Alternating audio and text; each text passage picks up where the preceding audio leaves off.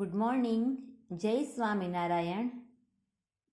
આપણે ગયા લેક્ચરમાં લેસન નંબર 3 શ્રી રામની પિતૃભક્તિ એ લેસન આપણે એક્સપ્લેન કર્યું હતું. આપણે બધાએ ધ્યાનથી સાંભળ્યું રામની પિતૃભક્તિ કેવી હતી એ આપણે આ લેક્ચરમાં જોયું. અહીંયા આપણું આ લેક્ચર તે દિવસે પૂરું થઈ ગયું હતું. હવે છે સ્વાધ્યાય એક્સરસાઇઝમાં ક્વેશ્ચન આન્સર આપ્યા છે, પણ ક્વેશ્ચન આન્સર માટે તમારામાં જ અહીંયા ટેક્સ્ટબુકમાં જગ્યા નથી. એટલે આપણે હવે અને એક્ઝામમાં પણ આપણને એમસીક્યુ ટાઈપના ક્વેશ્ચન આવવાના છે, તો આપણે એમસીક્યુ ટાઈપના ક્વેશ્ચન નોટબુકમાં લખવાના છે, પણ તે પહેલાં જોડકા બનાવો એ આપણે જોઈએ. રામ કોના પુત્ર હતા? કૌશલ્યાના પુત્ર હતા. ભરત કૈકેયીના પુત્ર હતા. મિથિલાના રાજા કોણ હતા? જનક. અયોધ્યાના રાજા દશરથ.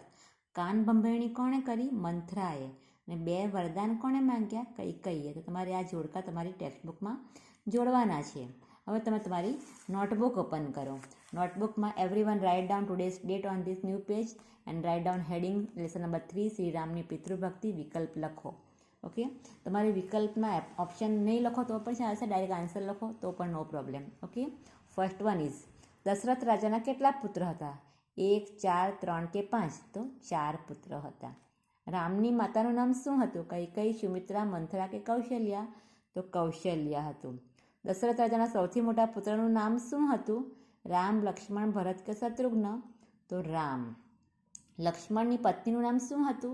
સીતા, રાગિણી, ઉર્મિલા કે રંભા? તો ઉર્મિલા હતું. લક્ષ્મણની પત્નીનું નામ શું હતું? ઉર્મિલા. રામ કેટલા વર્ષ સુધી વનમાં ગયા? 13, 15, 12 કે 14?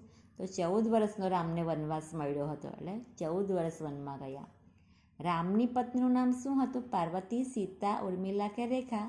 તો સીતા માતા. રામની પત્નીનું નામ શું હતું? રામ સીતાની જોડી કહી ને, તો સીતા માતા એટલે સીતા આવે. ભરતની માતાનું નામ શું હતું? કૌશલ્યા, સુમિત્રા, કૈકેયી કે મંથરા? ભરતની માતાનું નામ કૈકેયી હતું. રામની માતાનું નામ કૌશલ્યા હતું અને લક્ષ્મણ અને શત્રુઘ્નની માતાનું નામ સુમિત્રા હતું. તો ભરતની માતાનું નામ કૈકેયી આવશે. Okay, then next one. Dasharath રાજાની કેટલી રાણી હતી? 2, 5, 3 કે 4? તો 3 રાણી હતી. કેટલી રાણી હતી? 3 રાણી હતી. મિથિલાના રાજાનું નામ શું હતું? રામ, જનક, ભરત કે દશરથ? તો જનક રાજા હતા. મિથિલા નગરીના રાજા કોણ હતા? જનક રાજા હતા. કૈકેયીએ દશરથ પાસે કેટલા વરદાન માંગ્યા? 1, 3, 2 કે 4? તો 2 વરદાન માંગ્યા હતા. અને 2 વરદાન બાકી હતા ને તે કૈકેયીએ દશરથ પાસે માંગ્યા હતા. તો બધાએ આ તમારા એમસીક્યુ ટાઈપના ક્વેશ્ચન એ તમારી નોટબુકમાં લખવાના છે. ઓકે, અહીંયા આપણું આ લેસન કમ્પ્લીટ થઈ ગયું છે. Thank you.